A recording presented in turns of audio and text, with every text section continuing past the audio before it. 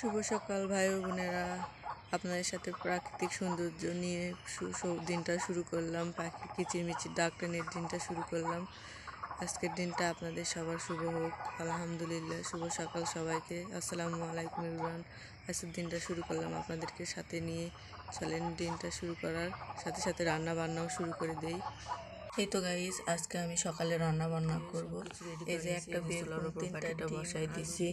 একটা বেগুন দিয়ে রান্না করতে তৈরি তরকারি যে দাম, আমাদের মতো গরিব মানুষ তৈরি তরকারি হাত দিতেই পারতেছে না। 100 টাকা কেজি বেগুন, 100 টাকা কেজি করলা, অবস্থা দেখে ব্যবস্থা করতে হচ্ছে আর কি, করার নেই।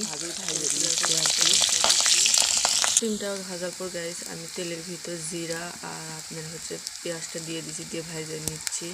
পেঁয়াজটা ভাজতে ভাজতে আপনাদের সাথে একটা কথা শেয়ার করি। আপনাদের ভাইয়া তো রিক্সা চালায়, সে ভাড়া রিক্সা চালায়। কয়েকদিন হলে রিক্সার ব্যাটারির সমস্যা, মনে করেন যে ওই লোক যার গাড়ি চালায় তাকে বলতেছে যে রিক্সার ব্যাটারির সমস্যা, আপনি একটু ঠিক করে দেন। সে ঠিক করে দিচ্ছে, মানে বারবার ঠিক করে দিচ্ছে, বারবার সমস্যা হচ্ছে। কয়েকদিন হলে ঠিক মতো ভাড়ায় মারতে পারতেছে না, মানে সেই প্রচণ্ড ইয়ের ভিতরে আছে আর কি কমো। আপনি ধরো অভাবে সব নষ্ট হয়ে যাচ্ছে। এখন ধরতে গেলে যেহেতু ভাড়া বাসায় থাকি, ভাড়া সব মিলিয়ে সেই খারাপ সময় পার করতেছি।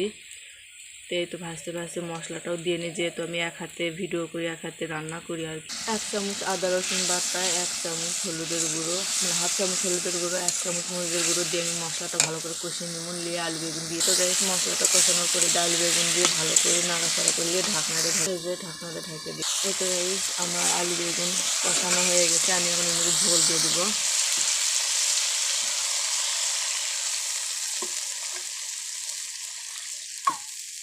এতে ঝোলটা দেওয়ার পরে আমি ডিমটা দিয়ে দিব। পিঠার মতো করে ডিম ভেজে রাখা, এগুলো ডিম আমি দিয়ে দেবো।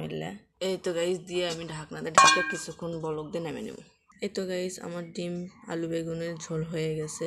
যদি রেসিপিটি দেখতে চান অবশ্যই আমার পুরো ভিডিও দেখে আমার পাশে থাকবেন আপনারা।